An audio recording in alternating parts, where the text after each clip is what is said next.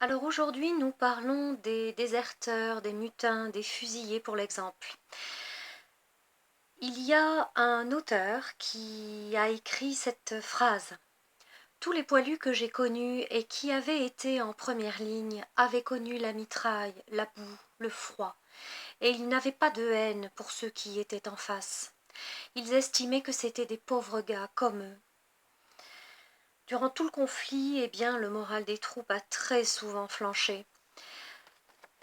Certains étaient conduits avec beaucoup de fermeté à la guerre, mais refusaient cela pour le principe. Et effectivement, il y a eu des déserteurs, des hommes qui ont essayé de s'enfuir, de partir, de rentrer chez eux. Il y a des hommes qui se sont mutilés pour pouvoir justement rentrer plus vite chez eux et être exemptés.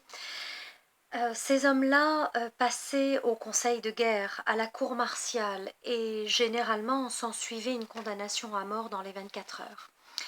Les mutineries les plus importantes ont eu lieu au printemps 1917, c'est-à-dire que ça faisait déjà plus de 3 ans qu'on était en guerre et les soldats n'en pouvaient plus.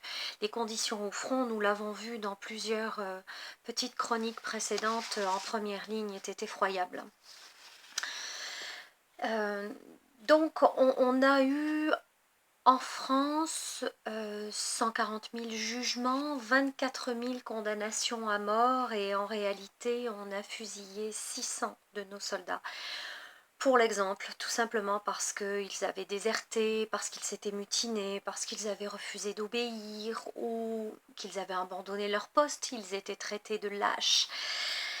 Et on a vraiment des lettres très très touchantes par rapport à ça. Je vais vous en lire une. Donc d'un soldat qui écrit à son épouse et qui lui dit « Ma petite femme adorée, nous avons, comme je te l'ai dit, subi un échec. Tout mon bataillon a été pris par les Boches, sauf moi et quelques hommes. Maintenant, on me reproche de m'en être sorti. J'ai eu tort de ne pas me laisser prendre également. Maintenant, le colonel nous traite de lâches, les 2 officiers qui restent, comme si à 30 ou 40 hommes, nous pouvions tenir comme 800. Enfin, je subis mon sort, je n'ai aucune honte. Mes camarades qui me connaissent savent que je n'étais pas un lâche. Mais avant de mourir, ma petite femme, je pense à toi et à notre fils. Réclame ma pension, tu y as droit. J'ai ma conscience tranquille. Je veux mourir en commandant le peloton d'exécution devant mes hommes qui pleurent. Je t'embrasse pour une dernière fois comme un fou. Crie après ma mort contre la justice militaire. Les chefs cherchent toujours des responsables et ils en trouvent pour se dégager. Mon trésor adoré, je t'embrasse d'un gros baiser en songeant à tout notre bonheur passé. J'embrasse mon fils aimé qui n'aura pas à rougir de son père, qui avait fait tout son devoir. Je t'embrasse encore, toi et mon garçon. Dire que c'est la dernière fois que je t'écris. Ô mon bel ange, sois courageuse, pense à moi. Je te donne mon dernier et éternel baiser.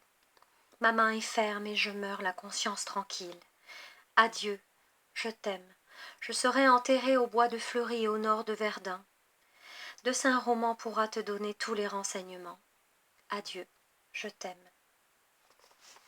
Alors on a des milliers de correspondances de ce genre et encore une fois, c'est vraiment très émouvant parce que on se rend compte à quel point nos soldats ont souffert et beaucoup ont été réhabilités après la guerre. Hein. Beaucoup de soi-disant déserteurs, mutins ont été réhabilités, mais évidemment c'était trop tard, on leur avait ôté la vie.